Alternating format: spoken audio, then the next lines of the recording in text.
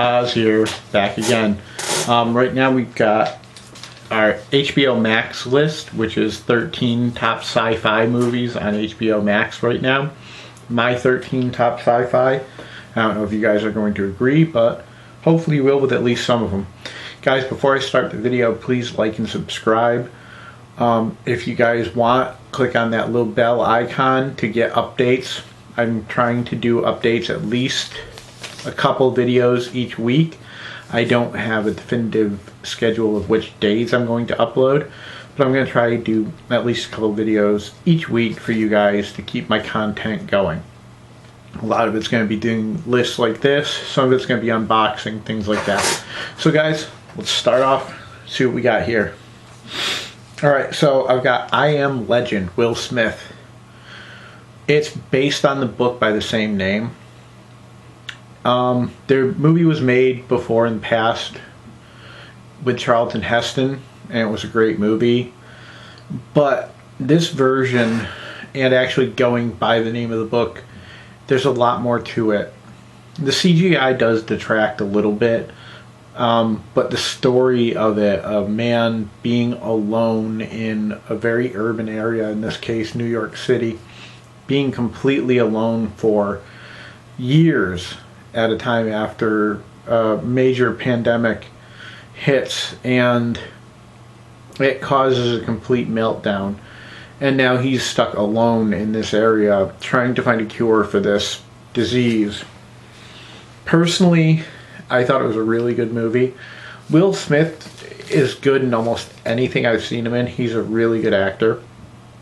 And to carry pretty much this entire movie on his back, because really there's not a lot else going on. It is Will Smith on screen almost the entire movie. So anyways, really good one. The Gremlins movies. Now, my lists are a little bit different. When I say a movie and it has direct sequels, so if the sequels are something that is linked directly to it, I am going to recommend the entire series as a whole.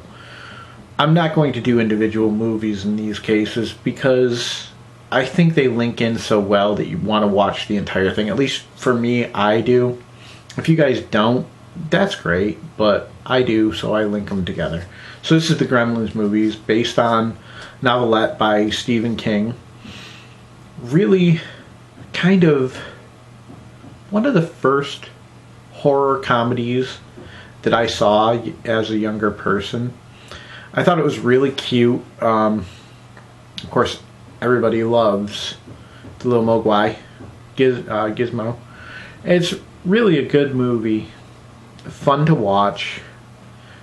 Something you can, if you have kids, you can kind of get your kids into if they're kind of getting into that sci-fi horror thing where they want to be a little bit scared but not really scared. This is a good movie to go with that because it's got some scares to it, but it's not real bad. It's not an actual horror movie. It's more sci-fi.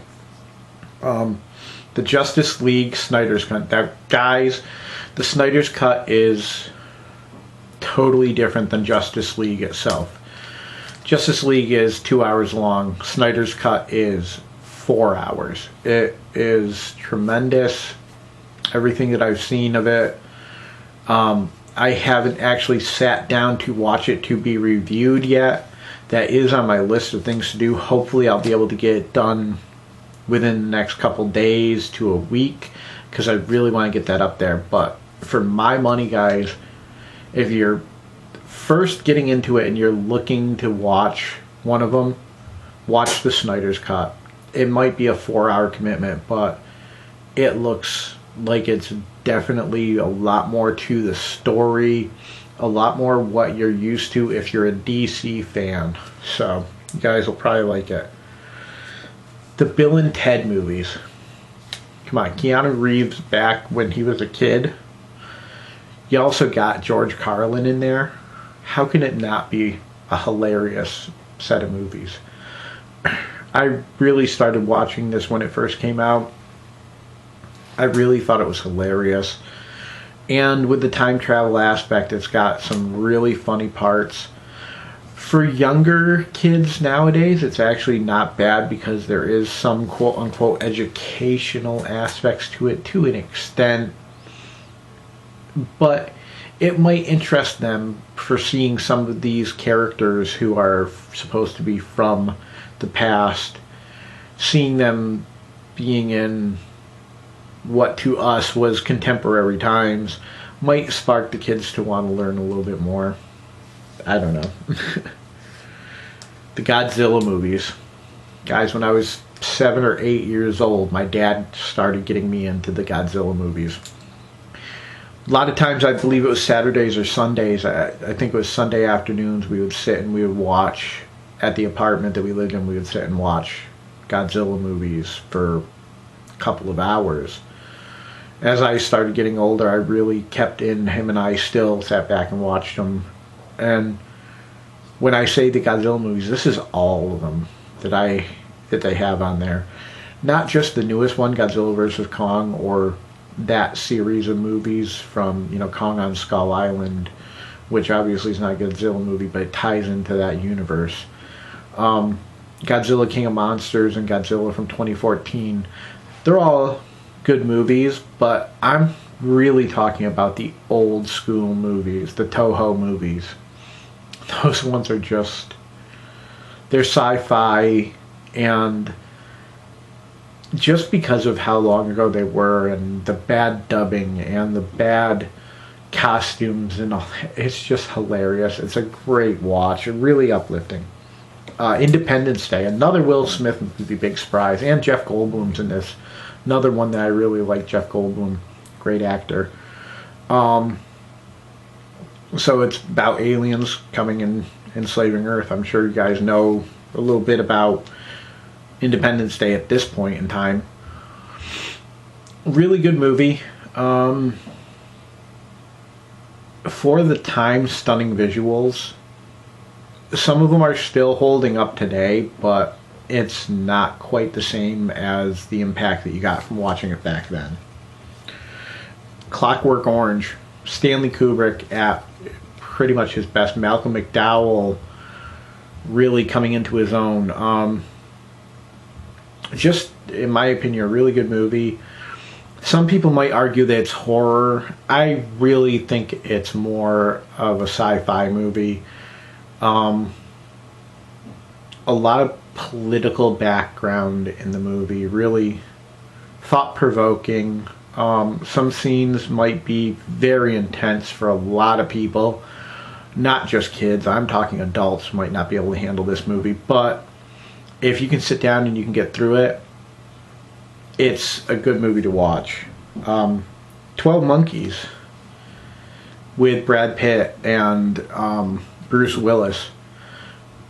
Another one that's very mind-boggling, very keeps you on your toes, keeps your brain going for quite some time on what's going on in this movie. Again, time travel plays into it. It's a good movie, really. Soylent Green. Back to Charlton Heston again. Really good movie, again, based on a book by the same name. Future society where people don't have meat or plants or anything anymore to eat. We have a food substitute called Soylent, and the things that go on behind that. There's a lot of information, a lot of social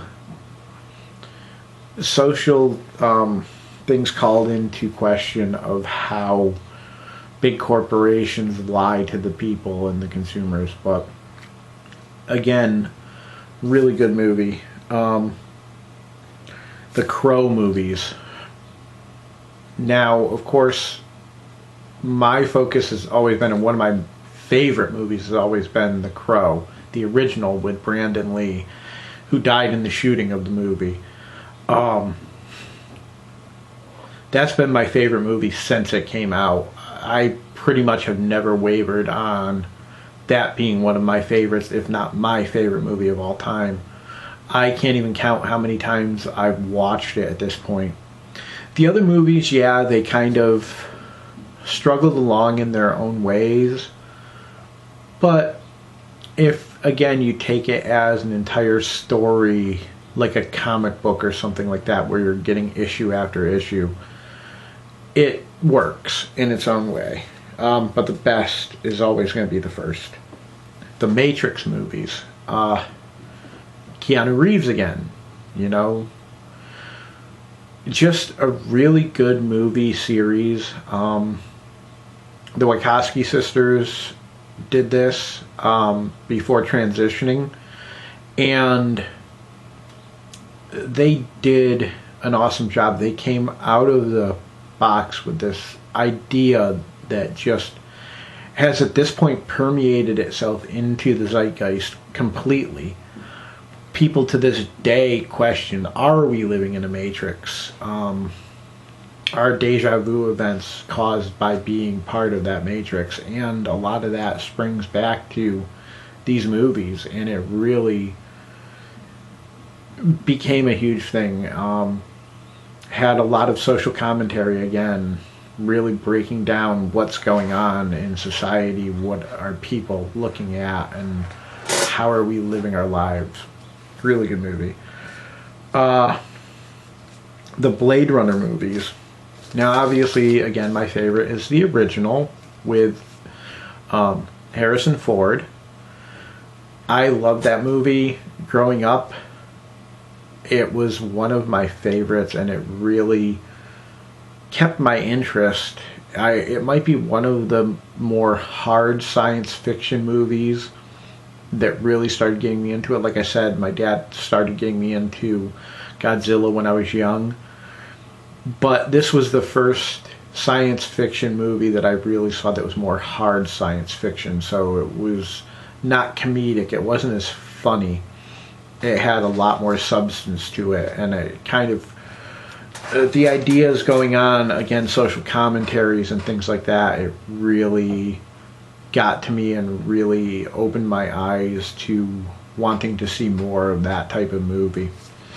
And lastly, Lord of the Rings and Hobbit movies.